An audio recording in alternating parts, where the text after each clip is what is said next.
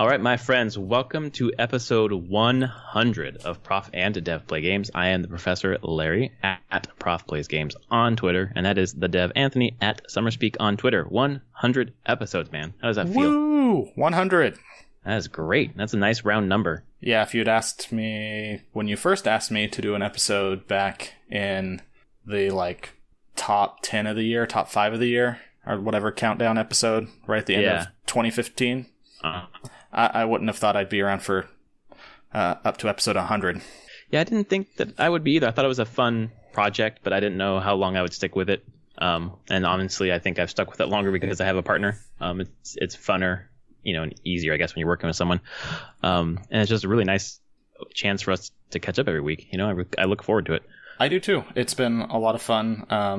It's kind of funny even after 100 episodes, reminding my wife that Sunday nights I record. I had the exact same thing with my wife. She's like, oh, you want to do this? I'm like, it's Sunday. She's like, oh, right. I'm like, yep. My wife does the same thing. I'm like, oh yeah, Anthony and I are recording tonight. She's like, oh yeah. Or she'll ask me to do something. I'm like, we're recording tonight. She's like, what? Oh. So she wished us luck on her 100th episode. That was nice, but yeah, she forgets every week. It is still funny. I'm just like, is this gonna stick at some point? It doesn't matter. It's fine. But it's been a year and a half. It sticks for me. Yeah. You know what else sticks? Food to pans when you burn it. And you have a chance to burn food in a little game called Overcooked. And I'm going to give you that code right now. This is a code for Overcooked on Steam. BDV323T698Z2V49H. And throughout the entire episode, we're going to give away a bunch of keys because, it's our 100th episode. Might as well give you some free games. It's true. So we have some. We have some to give out. Yeah, what's coming up? We have a Pillars of Eternity key coming up. This Wuppo game, Morph Blade, Ziggurat for Steam, a couple other secrets, and then you've got a few too. Yeah, I've got Polybridge, which for all those people that like to create crazy bridges and watch cars fly over them and then post those movies and GIFs to Reddit, there's the game for you. Some Tomb Raider Game of the Year edition, which I think we both agree is a fantastic game. And absolutely. If you haven't played it, play that. A couple other things, and then a couple keys of Space Tyrant, because why wouldn't I give out keys to my game?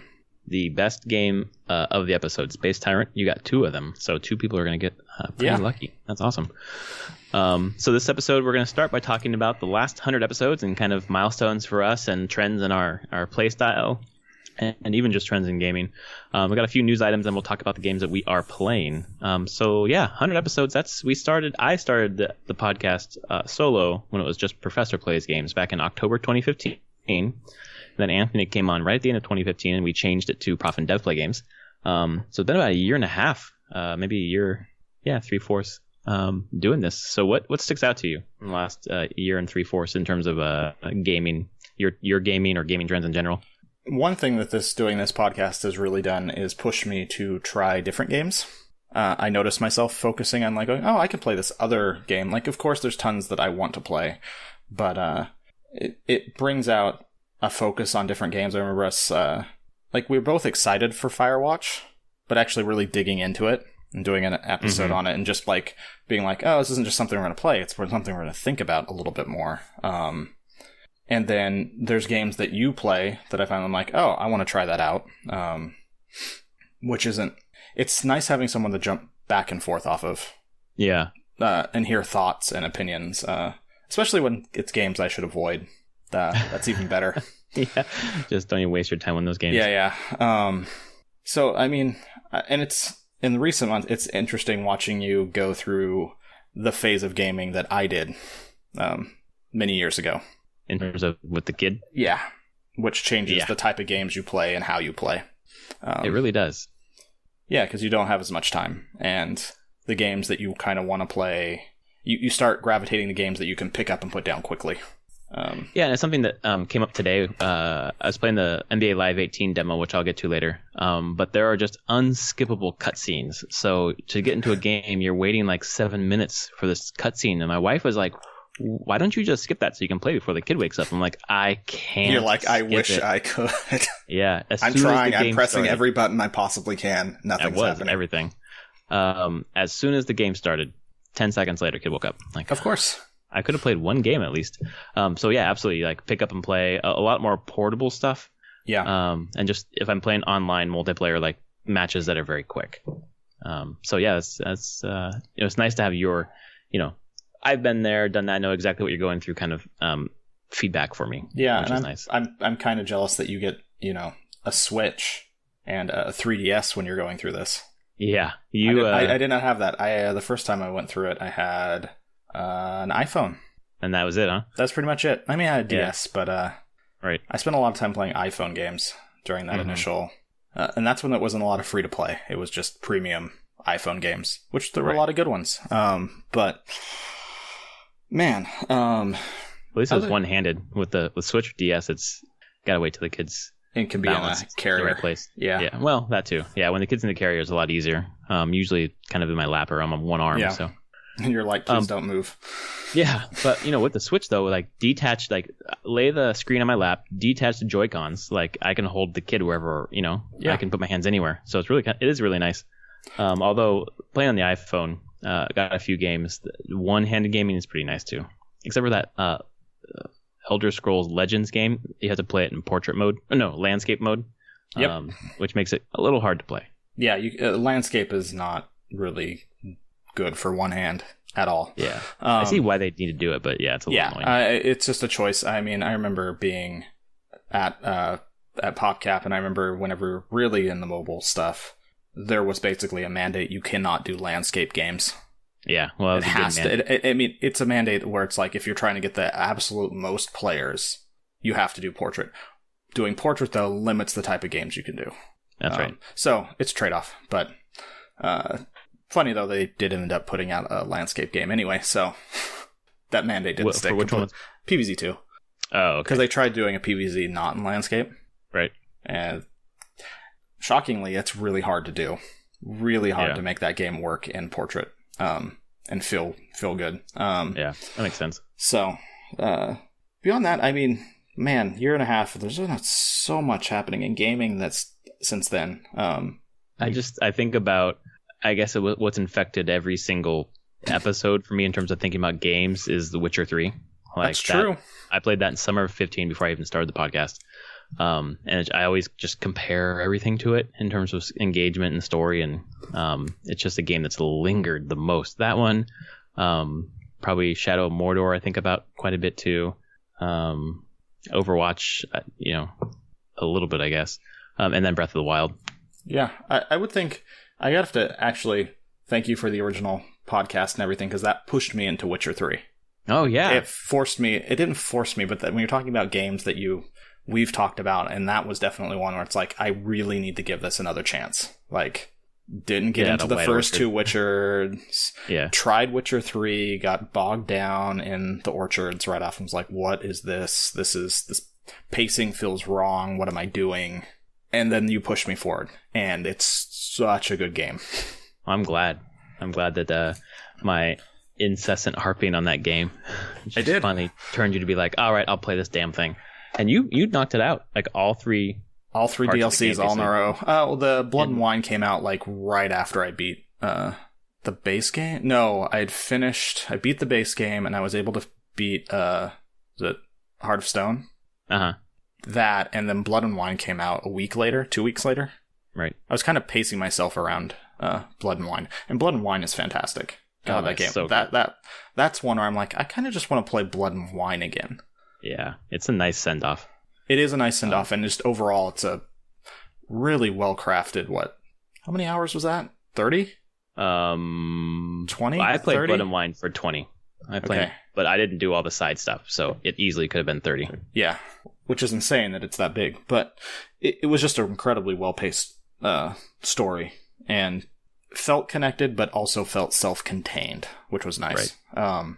So yeah, I have to thank this podcast for that, for actually opening my mind to be like, you were liking it so much, I'm like, I have to play through this more.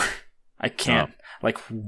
What am I missing? What am I not getting to? And it's once you get through the Orchard into Novigrad, it's so much better.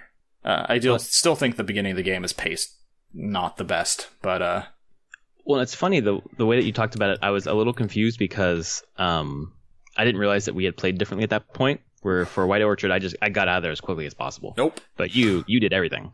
So on my replay of Witcher 3, I did everything in White Orchard. I was like, oh my god, I'm so tired of this. Let's move on. I'm like, I really like this game, but I'm tired of White Orchard. So yeah, that tutorial was a little long. Yeah, it's not so much a tutorial, but it's definitely, I'm a completionist in some of this stuff, especially if they're breadcrumbing me to things.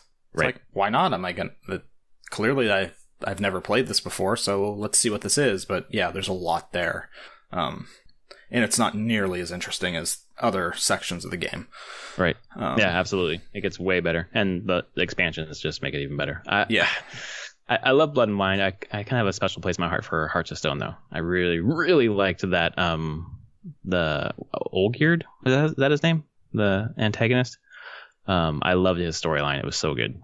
Was that him? And you had to that's where you got possessed by his brother, and you went to the wedding. God, that was a brilliant quest. Yeah, it was so good. And I love just ending. You could save him or kill him or whatever it ended up being. Just really, really, I want to replay that game. There's so much to play. There is so much to play. I think for me, the podcast has helped me focus on games in terms of finishing them. I really have focused on trying to get through games more than just bouncing around. And I was reflecting on why I bounce around so much. And I don't know if this is the reason why or not, but as a kid, had a Nintendo and eventually a Super Nintendo, and we would rent games every weekend. So we would go on a Friday, rent a game for the weekend, and bring it back. So I'd just play the beginning of like 50 different games, but never really play them to completion. So it kind of, I guess that's kind of how I've always played video games, just a little bit of each. So I'm happy that I'm able to focus, because I want to have a discussion about these games, and I really feel like I need to beat them or at least get really close to do that. So really, enjoyed those longer journeys, really. And between you and my friend here, Mass Effect is the thing that just sticks with me, that I just kept hearing about, and I was like, yeah, okay. And then you kept saying how great it was, and especially 2, and I was like, I got to do it. So I think Mass Effect for me is your Witcher. I am happy that is the case. It's I know I'll be replaying all 3 games again at some point. Like, that's my every few years play this trilogy again. And I'm glad that passed on to you. Oh, God, and you got to experience the story and the characters. God, it's the characters more than anything in that game. Yep. Oh, and I've yet to experience any of the DLC for any of the games. So I kind of want to. I'm still holding out hope for a remaster trilogy so that I can play all of them again with the DLC. I don't think the DLC for the first game is fantastic, but that's the Citadel, right? Is that the first one? Or no, that's number 3. Number 3, the Citadel was great. That was a nice send-off piece. 2 had Lair of the Shadow Broker. Right. That's one I hear about all the time. Which is really good. They had the one, I don't even remember what it's called, but it was how you get Kasumi, another crew member. Mm-hmm. Did I have it? It had like Leviathan. It had some cheap ones, but it also had some good story ones. Again, it's also during the time EA DLC is so hit or miss. Sometimes they really nail it, and other times it's just this little piddly, like, look at it's some missions. Enjoy. Right. Well, and John is not going to get any of it, so. Yeah. Yeah. I need to play that at some point. That can be talked about with like one of our big disappointments. So excited. We're going to play this thing. Oh. Yeah, and that never happened. I'll send you up my disc when you're ready for it. You don't need to shell out the money for it. Let's see. What else is... I really enjoy... I have to thank you for letting me use your Wii U and play Breath of the Wild. Yeah. That was a fantastic experience. And I also really liked playing it while you were playing it. Because we could just talk about different parts of the game. Right. And that a lot of times we weren't even experiencing the same thing. Well, I really enjoyed playing it at the same time in the same room. That's true. That week when you came down, that was really fun. So yeah, it was just, we had such different experiences with that game. It was like, have you been to this part? Have you done this? And no, this place is so big, I haven't seen that. And just sharing those stories. And you're not the only person I've done that with. I've known people that now are just getting Switches, friends up here, and they're picking it up and playing it, and they're finding things I never found. Mm-hmm. And they're like, oh, did you do this? I'm like, no. I'm like, did you do this thing over here? Did you go here? And they're like, no, I don't even know what you're talking about. And the game is enormous. It is one of the most incredible games I've ever played. Well, I picked it up again this week. So I've been playing a lot of Ocarina, and I don't know why I bounced over to Breath of the Wild. Just Zelda. Back. I don't know. Yeah, basically, I'm just on a Zelda kick. But it's got that hero's path where it shows you where you've been. So I look at the map. I don't know if you saw that tweet of my map. There's so much that I haven't been to. So I just dove into places I've never been and just found tons of stuff I never found. Fought a Lionel that I've never seen. Found this guy who initiated this shrine quest that I never found. I only have 59 shrines. Out of 120, I have 59. So I have a long way to go.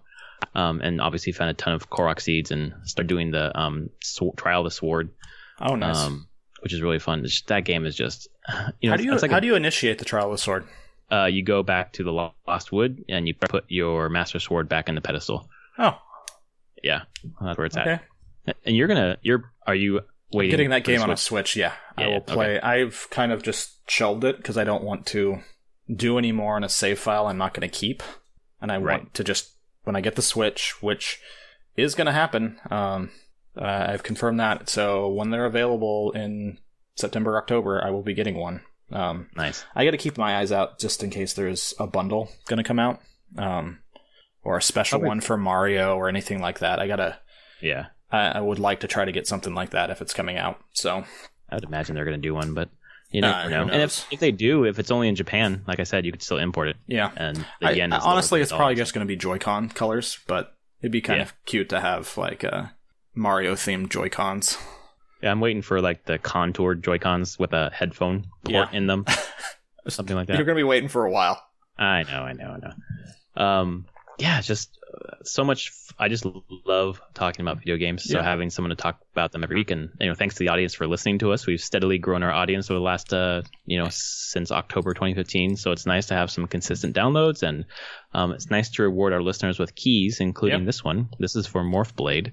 This is TK7L4DGQ29RW. Nope, sorry, WRAZ3. Let me do that again. TK7L4DGQ29R.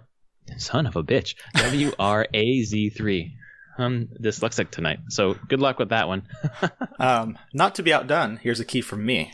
This is for Polybridge, so who everybody wants that on Steam to make some cool videos.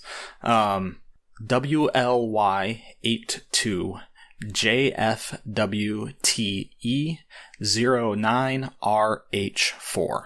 That is for Polybridge. Awesome. I just redeemed that on Steam. Thank you, Anthony. Good. I expect really cool bridges from you. And if I don't see them, well, I know where you live. Yeah, that's true. You do. So this week has had some news, huh? It has had some news. Things. This one's definitely from you. You posted.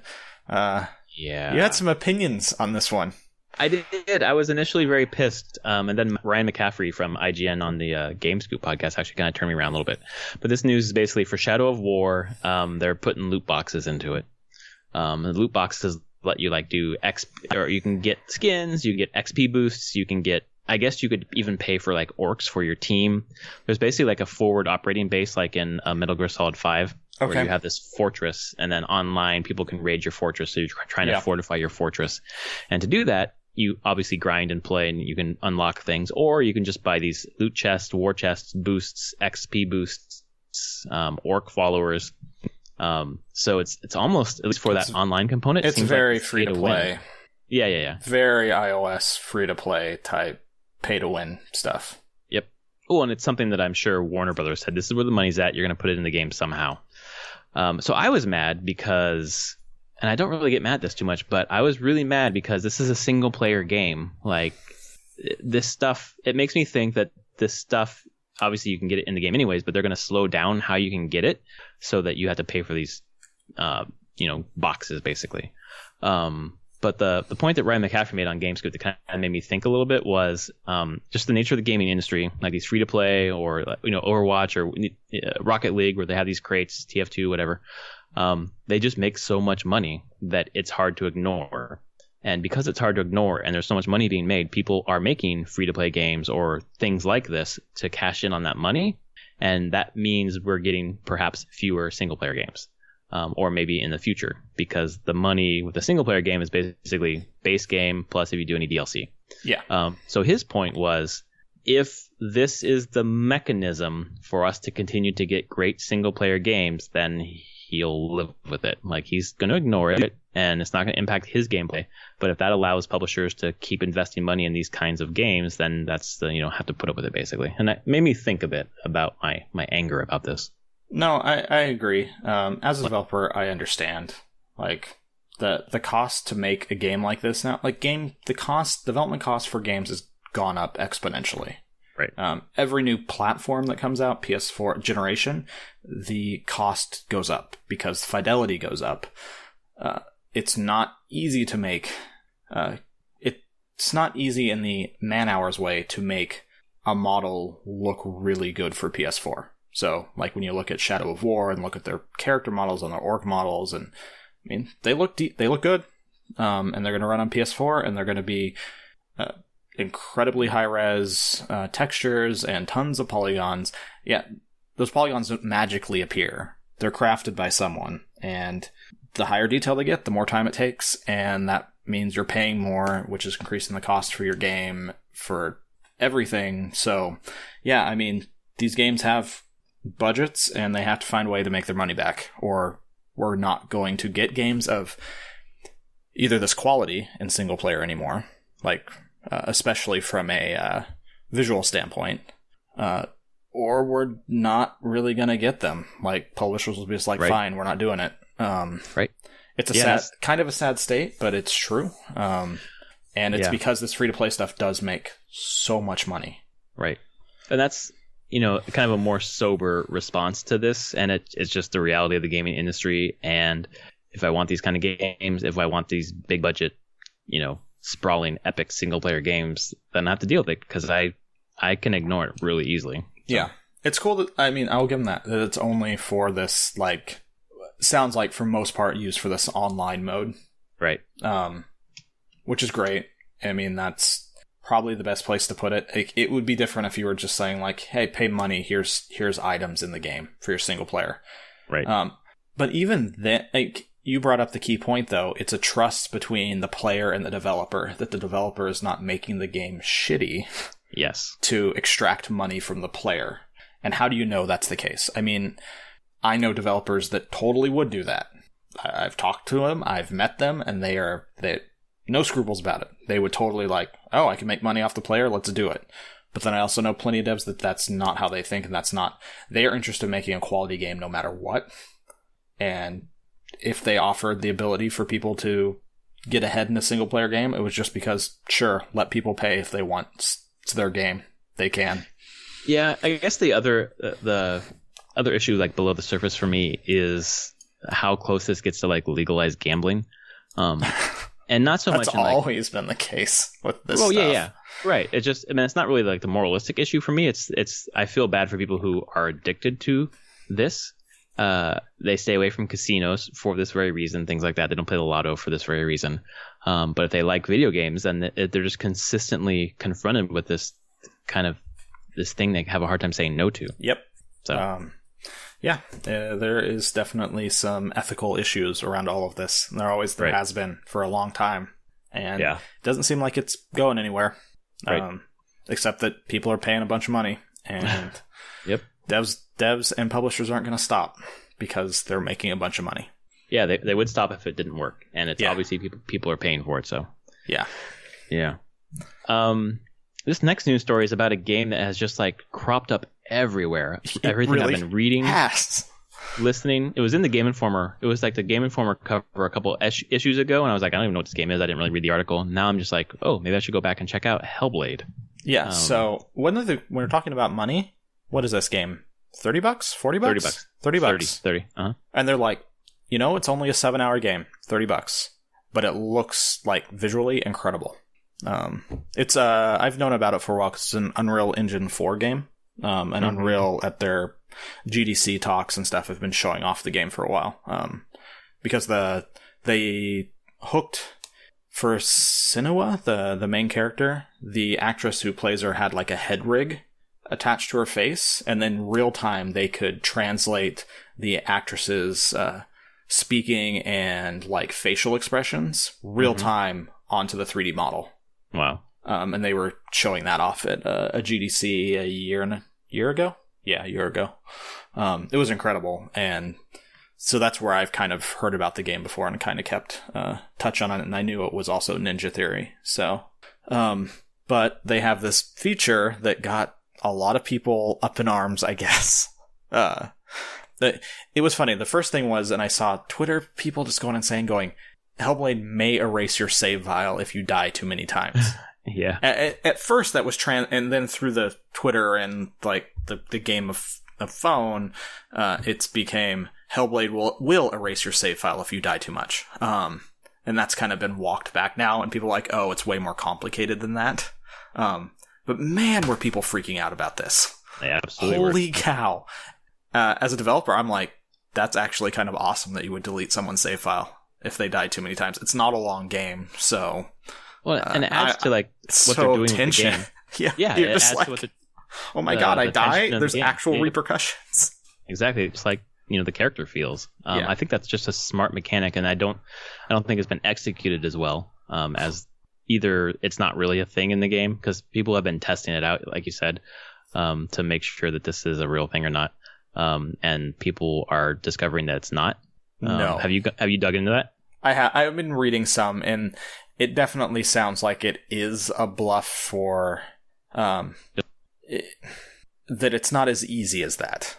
It's not like just die a number of times and then it's gone. It's like there's other checks and balances going on. So that's right, which is fine. But now I want to see a game like have the balls to do it. Like make it a short game. Don't make God, I've played 60-hour game. But okay, so there's a game.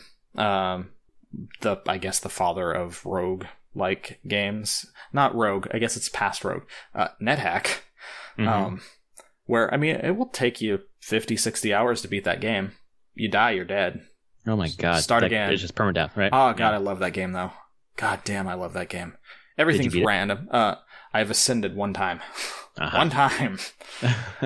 It's really hard, and you can just die of random crap. Like, it is purely random. It is like I said, like, it's probably the end all be all of roguelike games. All of them would go up to this level, would be pretty incredible. But I mean, graphically, it's nothing. It is ASCII characters. Oh, like, yeah. I'm looking you're moving around, you have a little @ symbol, that's you. And it's a ridiculous game. We had a server at PopCap. We played so much of this game. I absolutely love it. But yeah, it is a pure permadeath game. Like, the amount of characters... I had a character die walking one step. Oh, man. I walked one step, hit a trap, a rock fell on my head, and killed my character. Did I care? Nope, start again, whatever. That was a... For any of those, there's great runs where you're doing fantastic, and then sometimes you fall down the steps into a cockatrice and get petrified. And you're done. This looks pretty interesting. It's one of those games I do not recommend for just the random gamer. It is totally a incredibly hardcore game. It's hard to get running, and you have to look at ASCII screens the entire time. It's one of IGN's 15 really, really, really hard games. It is really hard, but very rewarding. So that's true permadeath. Yeah, absolutely. But I appreciate that Hellblade at least tried some of it, but I would love it if they had just said, we just let the rot spread every time you die, and then you're just dead then. So you have, let's say, 5 lives to beat the game. And guess what? Probably the first time through playing it, you're going to die. You'll die soon. You start understanding mechanics in combat, you'll make it farther. Oh, and... but I understand that there's a lot of players that would not like that anymore. So they, I think they tried to go somewhere in the middle. So that's just what we get. Is this a game that you're going to pick up one day? I think I will. I definitely want to play it from the aspect that said that it really makes you kind of feel like you're in the head of that woman and what it's like to go through psychological breakdown. So any game that really pushes that, something you will never experience yourself, but can get you to empathize with it, is something I at least want to try a little bit. Right. Yeah, I definitely want to pick it up too. Play with the headphones and just that's a game that I not anytime soon, obviously with the kid, but eventually when I have if I could carve out like a one sitting, 8 hours, just go. You'll through get there when they sleep like my kids, when they go to bed. Oh, yeah. And then you get like 4 hours to just do whatever the hell you want with. Exactly. You'll get back to it. Trust me, it happens. Yeah. For those of you who are listening who have time on your hands to play a game, here's a game called Wuppo on Steam. It is BRQIVXW9HLVDQLC, and I said that correctly. So have fun with that. Yeah. And then we have another game that keeps getting updates. It's like Rising from the Ashes. Well, that's appropriate for the title. The Atlas Rises update for No Man's Sky, which came out whenever I was on backpacking this weekend. So right. I got to see the little bit like, hey, we're doing this update, and then I come back and I can actually see the notes and everything. Hey, it looks like No Man's Sky actually might be a semi-done game now. It has a story. It has like 30 hours of story. Active story. You can use portals to jump around. It has trade in it now. System economies. Like it just sounds kind of to the point what you were hoping the game would be. Yeah, a lot of people that, at least subreddits I've been reading, people who jumped off are like, well, this is the game we were basically promised at the beginning, so it's, I'll check it out now. So. And it fits. It's about a year. It's the year anniversary of the game. Yep. Right. So it basically shipped a year earlier than it needed to. And they had delayed. I was thinking about this weekend. This game had delayed so many times that they were like, we can't delay it anymore. We just need to put it out. And I think like money-wise, they had to. Yep. Right. I like assume Sony was publishing like, deals, whole thing, like they had to get it out. Right. But I think it would have been a better game waiting this year. I'm happy that they've continued to update it and work at it, and I know that Hello Games has come under an endless pile of shit for this game. Yep. But they've persevered. I like the way that they go about their updates now.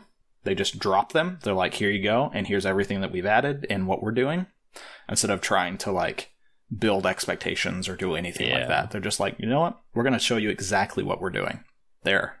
So I think they've handled it very well, and hopefully all of them are sleeping a bit better now.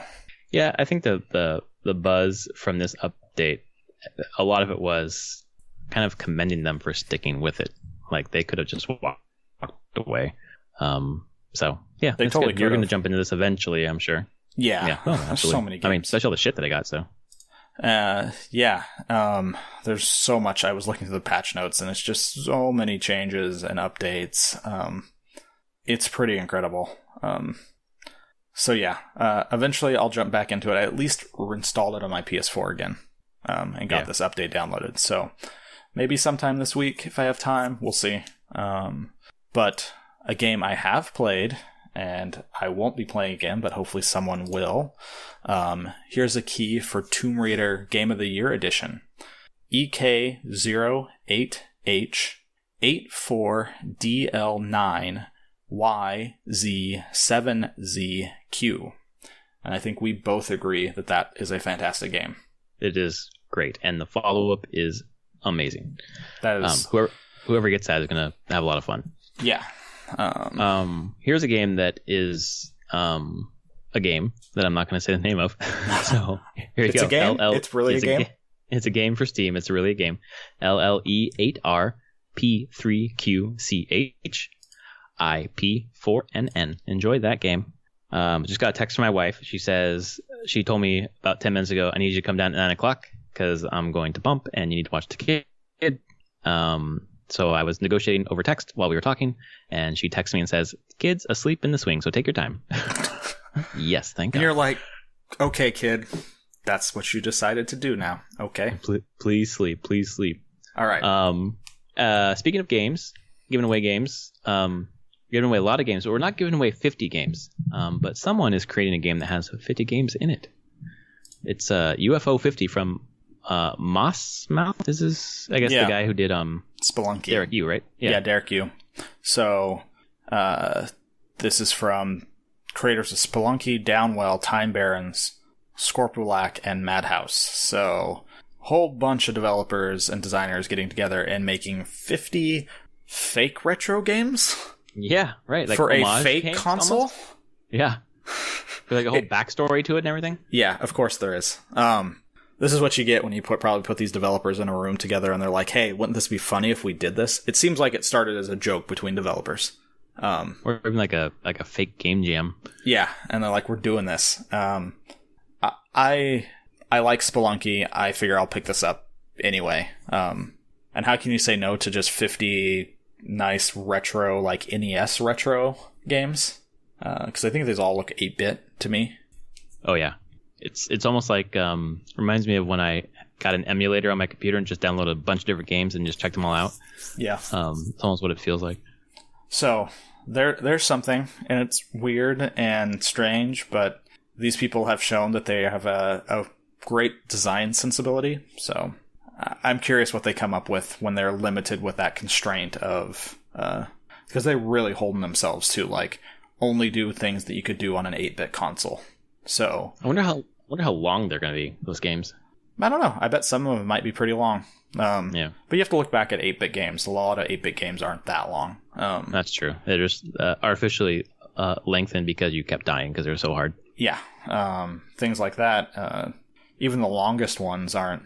I mean, look at original Final Fantasy, Dragon Quest, Dragon Warrior.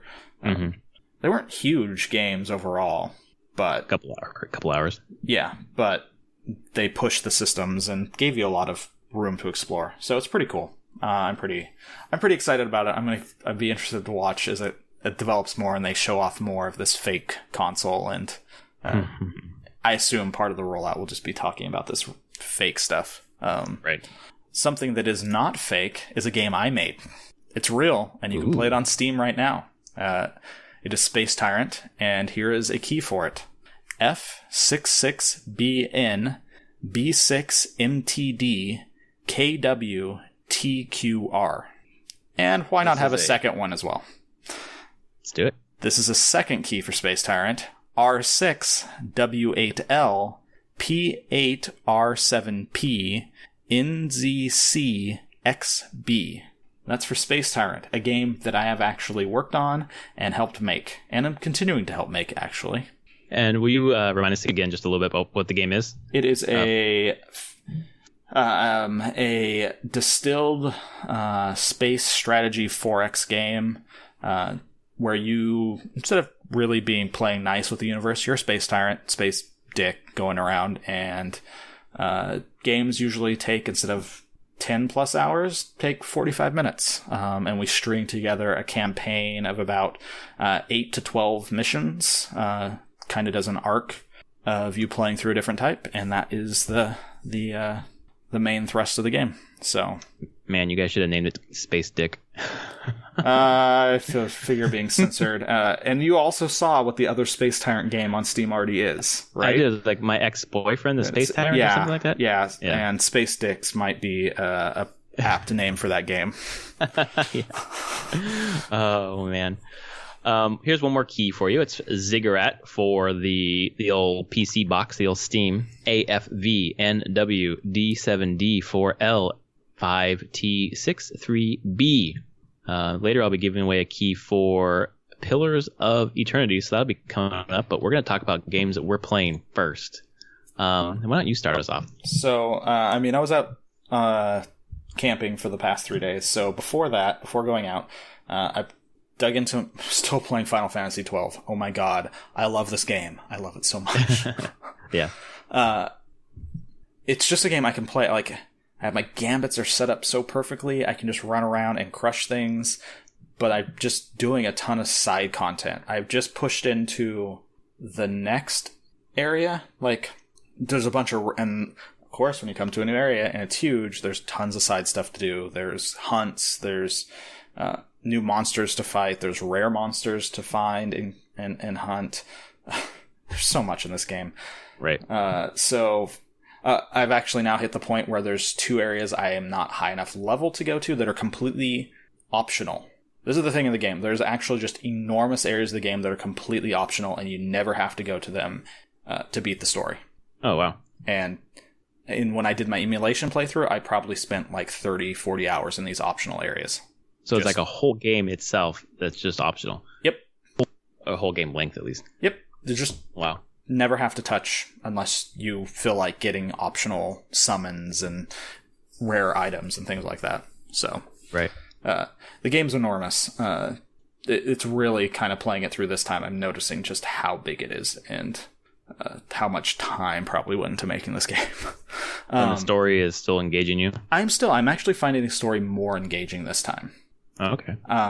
Maybe my expectations have been tempered, but I'm finding certain intricacies with the more political side of it, and just ignore Vaughn. He basically says stupid things that all the rest of the characters are like, "You're stupid." Well, at least they can acknowledge these. They totally acknowledge his stupidity. Feel better. Yeah. Which is kind of funny, but they totally are constantly saying like, "Oh my god, why'd you even say that? Stop. We're talking about important things here."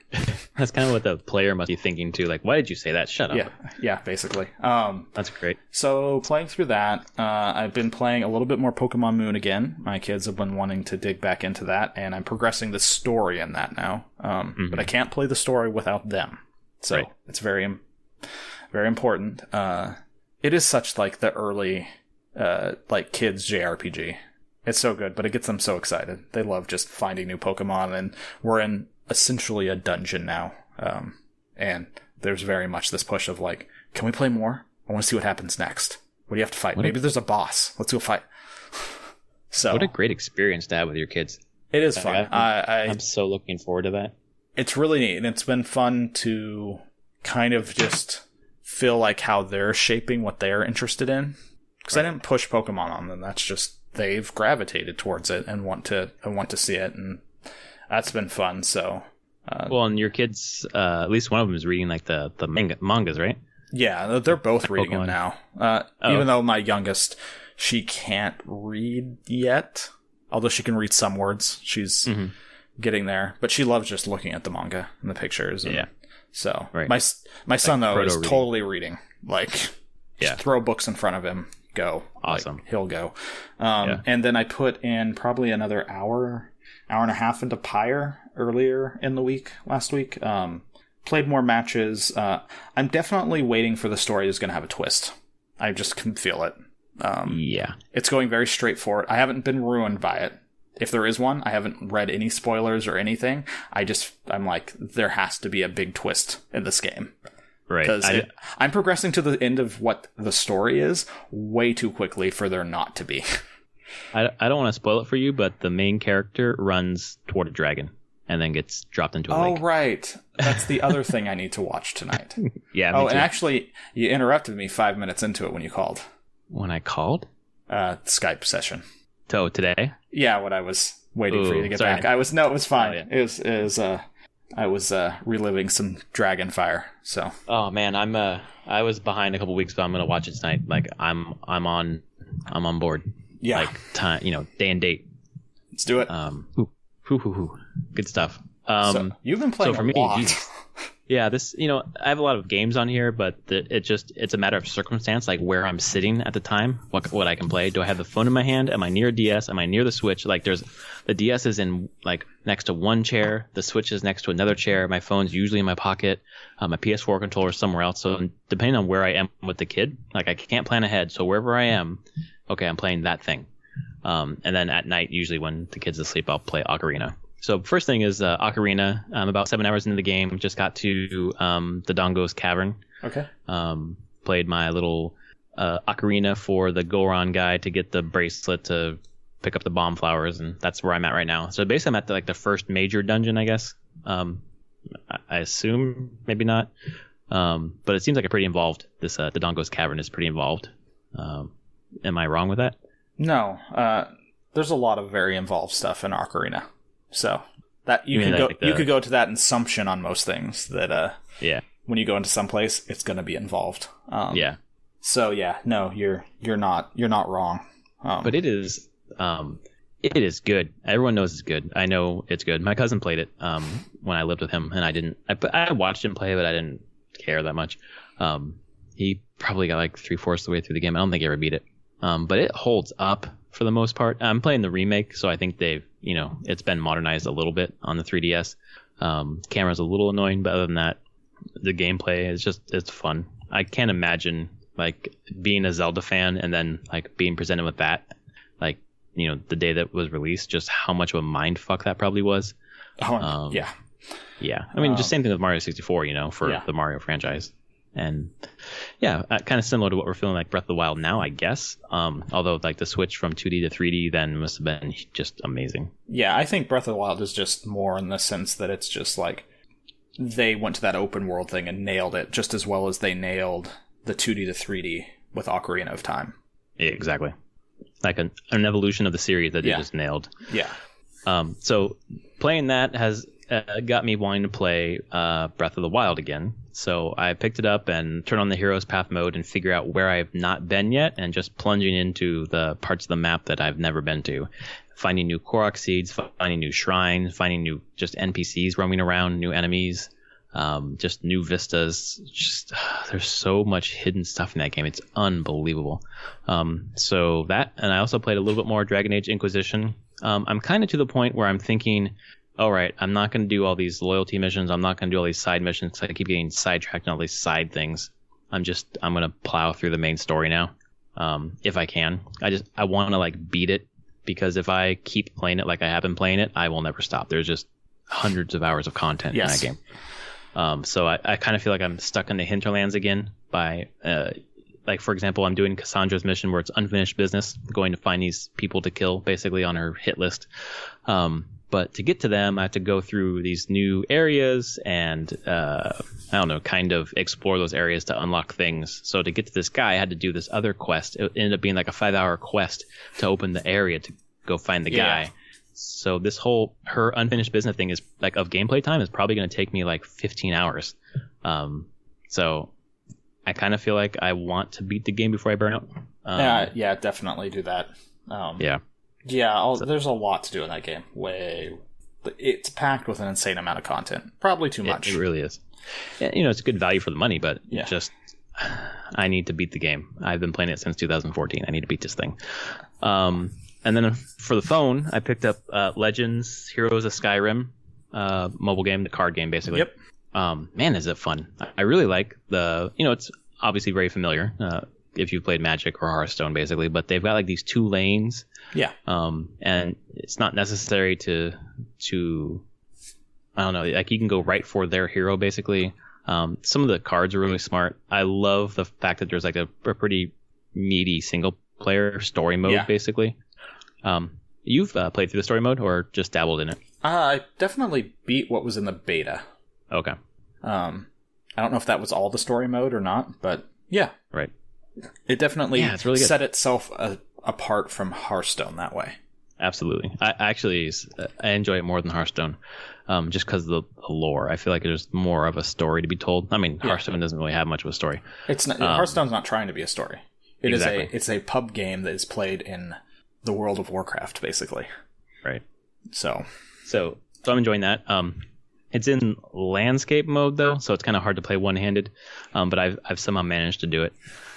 And then I was, browsing the Reddit game and seeing what people are saying about video games, and I've stumbled across some thread where someone said like, what good free-to-play games are there on PS4? And some guy like made this really involved post like, if you like this kind of game, here's that game. If you like this kind of game, here's that game. And of that his list, I chose like 3 or 4 to go check out. And one that I didn't really like was Dungeon Defenders 2, kind of like this tower defense game. Yeah, I know what you're talking about. I played the first one. I really didn't like that game. I've tried it a couple times and just could not do it. Yeah, I played it for 10, 15 minutes. I was like, nope, this isn't for me, so I deleted it. And then I played Paladins, which I had heard about. It's by Hi-Rez, the ones who did Smite. Which is Overwatch. Exactly. It's basically everyone said, this is Overwatch. So I played it, and it's kind of like Overwatch. The character that I'm playing right now is basically McCree. There's a character that's just like Diva. There's a character that's just like Reinhardt. Like, there are characters that are just like the characters in Overwatch. There are things that set it apart in terms of how you get points to win, how many points you need to win, but also this card system where you can like alter your loadout. Yeah. And there are some different characters, but there's like Jorborn. Like this is Overwatch. It's free to play. But man, is it good. Like, it is really good. I really, really enjoy it. I'm just playing free right now, playing the characters that are unlocked for people who are cheapos. But I plan on investing more time into this, and it makes me realize that I probably should have gotten Overwatch on PS4, because it's just, I would probably play it more than, up here on my PC. I don't get here that much these days. So it's a fun game. The other game that have you played Paladins, by the way? I have not. Oh, okay. Yeah. You probably don't need to waste your time, but if you're, wanting to dip your toes into Overwatch but didn't want to pay for Overwatch, you could check out Paladins, I guess. Okay. And it's, in terms of free to play, it's like $20 for the Founders Pack, and you get all the heroes, which is kind of a nice price. But it's quality. It's really, really good. I played Smite for a while, so they make good games, and this is a good one for sure. And I don't know, man, but I'm really freaking good at that game. Like I have not lost a match. I have gone on like 10, 12, 14 kill streaks. Like I don't know what the hell is happening. So maybe that's why I like it. It doesn't hurt. Yeah, exactly. 2 more games I'm playing. This next one I'm not very proud of. It's kind of like a My Name is Mayo level of not proud. But it's Clicker Heroes. Someone said like a good time waster, check out Clicker Heroes, and I was like, okay, I'll check it out. Maybe there's some easy trophies. Have you seen this game? I'm looking at it right now. I think I've played it on PC or on this. Yeah. But is it on PS4? Oh, that's where I'm playing it. Holy cow! Of course it's on everything. All right. Yep. I've totally screwed around with this game before on PC. So it's a reductive game where it basically takes the mechanics of like an RPG and just distills it to clicks. Yep. So you click to kill someone, and eventually you can build like DPS where you can kill things without pressing anything. Yep. And then you can, you keep buying heroes to do more damage, and then just more damage, you get more gold to buy more characters, get more DPS, more higher level enemies. It's just this huge loop. It's really refined and really, it's smart how they've refined it. Like, just let's get rid of all the gameplay and just like that addictive, like let's get the numbers to be bigger. Yep. So, I wouldn't really spend that much time with this kind of game, but if I'm with a kid and I'm in the chair where I have the PS4 controller and I only have one hand, this is what I turn on. I can't actually play a game because I can't use both hands. So I'll turn on this game, play it with one hand, and just let it go. And my wife walked in. She's like, what are you doing? I'm like, literally nothing. She's like, no, but what is this game? What are you playing? I'm like, I'm not really playing it. And I explained it to her, and she's like, what? Why are you doing this? You could tell her, you can just install Progress Quest on your PC, which is a thing from a long time ago. You do nothing. You just sit here and watch progress bars fill up as a character adventures and gains levels. Yeah. Right. God, we competed at sometimes when people would be like, have it running. You would turn people's computers off so they wouldn't run, so you could get ahead of them in Progress Quest. Oh my God. Yep, that's the same idea. Like, just see the numbers get bigger. Yep. And the crazy thing about it is, even if you have the PS4 off, when you turn it back on, you have gained levels and gained everything because it just runs by the clock. So it's really stupid, but I'm grinding out like 6 trophies just for the fuck of it. Super addicting. If they're done well, it gets into that very pure like reward feedback loop. No, like just digs right into that whole thing, and you're like, I shouldn't like this. They are completely manipulating human psychology, but whatever. Cool. Give me those endorphins. Come on. Keep hitting me with them. It feels good, and I find myself like playing. I'm like, stop playing this game. Yep. So there's some good free to play games. This is kind of what I want to get to, which is crazy that I play in these games when I have so many other good games to play. But it's very situational, like where I'm sitting, what I have time for. In the last game, I downloaded the NBA Live 18. Which is EA's jumping back into the NBA video game thing. And this is probably one I'm going to pick up. They're doing a pre-order where you can get it for 33% off. They're trying to compete with 2K. The reason why I want to pick it up is because it actually has the WNBA in it. And when the games have put in the basically the women's leagues, I want to support that because I want to see more of it. Like FIFA put in the women's league in 16, and I bought that. So I'm going to buy this one. And it's nice that it's cheap, but it is really good. I like 2K, but there's something about this one that's really fun. Nice. I probably put like 3 or 4 hours into it. the unskippable cutscenes with Stephen A. Smith, that douchebag, really sucks. I'm hoping that you can skip them in the full version. But it plays well. It's a good basketball game. So if you like basketball, check that one out. And if you like Pillars of Eternity, which I hear is a really good walking simulator. Just kidding. I'm sure someone might tag it as a walking simulator. Well, you do walk in it, that's for sure. You do. Pillars of Eternity. This is for Steam. It is HBRD8QYFWNEQYQJ. That is Pillars of Eternity for Steam. That is yours for free. Thank you so much for sticking with us for episode 100 and all 100 episodes. I think we're looking forward to many, many more episodes together. I agree. We're making it through it, especially even through all life changes. So yeah. Holy hell. This is a rough one. It is a rough one. It's a great one, but it's rough. Yep. Yeah. Do you have any more keys to give out before we close up? I have one more for Trine 3. Nice. It is B8KFQLYDYW9P835. Nice. So hopefully people redeem some keys and play some games. And keep listening, hopefully. Yeah, we really appreciate you hanging out with us. Again, I'm at Prof Plays Games. He is at Summer Speak. And just a reminder, this weekend, an American died on American soil defending our freedoms against Nazis. And her name was Heather Hare. And she is an American hero, and she will be missed. Is this all the stuff I probably missed? Getting home late and putting kids to bed and only briefly seeing the news. So I haven't dug into it. Yeah, it's really sad. So awesome. Thanks for listening, folks. And, keep fighting those Nazis. Yeah, never stop fighting them. Never stop. Don't stop. Can't stop, won't stop. Enjoy those games. We're going to... I got one more key to give out. I'm going to give it out on Twitter after I get a certain amount of retweets. So keep your eye on that tomorrow or the next day. Anthony, thanks for your time tonight. Thanks for the last 100 episodes, man. It's been really fun. Thank you. It's been great. All right, folks. Talk to you later. Night.